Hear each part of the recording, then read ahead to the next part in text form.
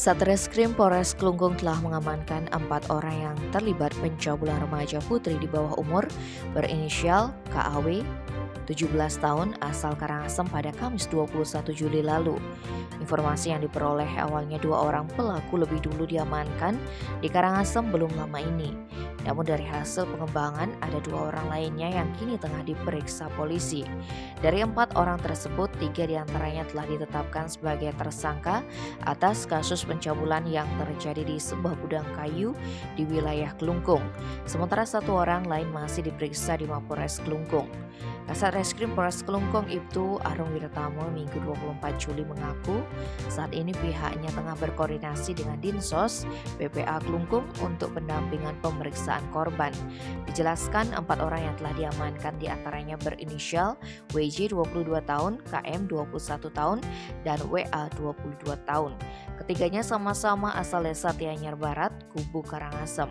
Sementara 1 orang lagi berinisial DAS 22 asal Klungkung.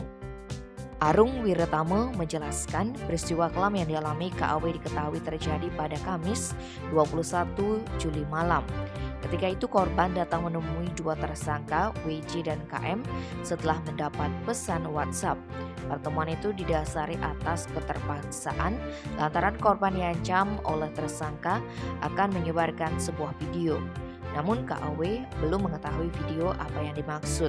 Sementara pelaku yang diketahui bekerja sebagai buruh ini memaksa agar KAW mau diajak berhubungan badan. Merasa dalam tekanan, korban mengiyakan permintaan 2 pelaku di sebuah gudang kayu di Klungkung. Saat kedua pelaku mengantar korban pulang, saat itulah mereka tak sengaja dipergoki kakak dan ayah korban. Keluarga syok lantaran KAW pulang bersama 2 orang asing pada Jumat 28 Juli dini hari. Saat itu KAW menceritakan apa yang dialaminya, keluarga tak terima dan memutuskan melapor ke polisi.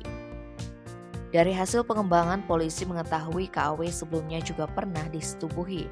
Selain tersangka WJ dan KM, pada Senin 18 Juli lalu WJ juga mengajak WA dan DAS menyetubuhi korban. Tim Bali Express melaporkan.